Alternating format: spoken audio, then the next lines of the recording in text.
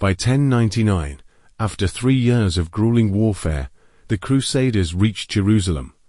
The siege of Jerusalem would become one of the most famous and bloody episodes of the First Crusade.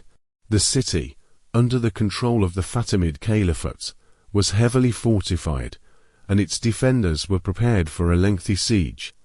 Godfrey of Bouillon played a crucial role in the siege. His leadership during the months of siege warfare was instrumental in the eventual capture of the city. The Crusaders faced tremendous challenges. They were low on food and water, and morale was beginning to falter. But Godfrey remained steadfast, coordinating the assault, rallying his troops, and leading from the front. On July 15, 1099, after intense fighting, the Crusaders breached the city's walls and captured Jerusalem. The conquest of Jerusalem marked the pinnacle of Godfrey's military career. However, the victory came at a heavy cost. Thousands of Muslims, Jews, and even Christians who were living in the city were slaughtered in the aftermath of the siege, a brutal episode that would haunt the Crusaders' legacy. Now, here's one of the most intriguing aspects of Godfrey's reign. Despite being the de facto ruler of Jerusalem, he rejected the title of king.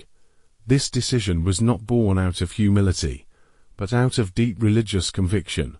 When offered the crown, Godfrey famously refused, declaring that he could not bear to wear a royal crown in the city of Christ's crucifixion. Instead, he chose the title Advocate of the Holy Sepulchre, meaning he would act as a protector of the Christian holy sites in Jerusalem.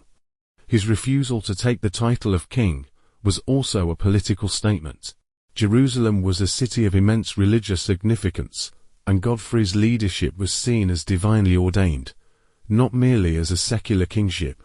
His decision was a symbolic gesture meant to reinforce his commitment to Christian principles and his role as a servant of God, rather than a monarch in the traditional sense. In fact, Godfrey's rejection of kingship set him apart from any of his fellow Crusader leaders, who were eager to claim titles and land. For Godfrey, the crusade was not about personal power. It was about fulfilling a sacred mission. After the capture of Jerusalem, Godfrey became the ruler of the city and the surrounding territories, but his reign was tragically short. He ruled for less than a year, from 1099 until his death in 1100. Despite this brief time, his leadership was pivotal in establishing the Crusader presence in the Holy Land. He laid the foundations for the Kingdom of Jerusalem, a Christian state that would endure for nearly 200 years, though not always under the rule of Godfrey's successors.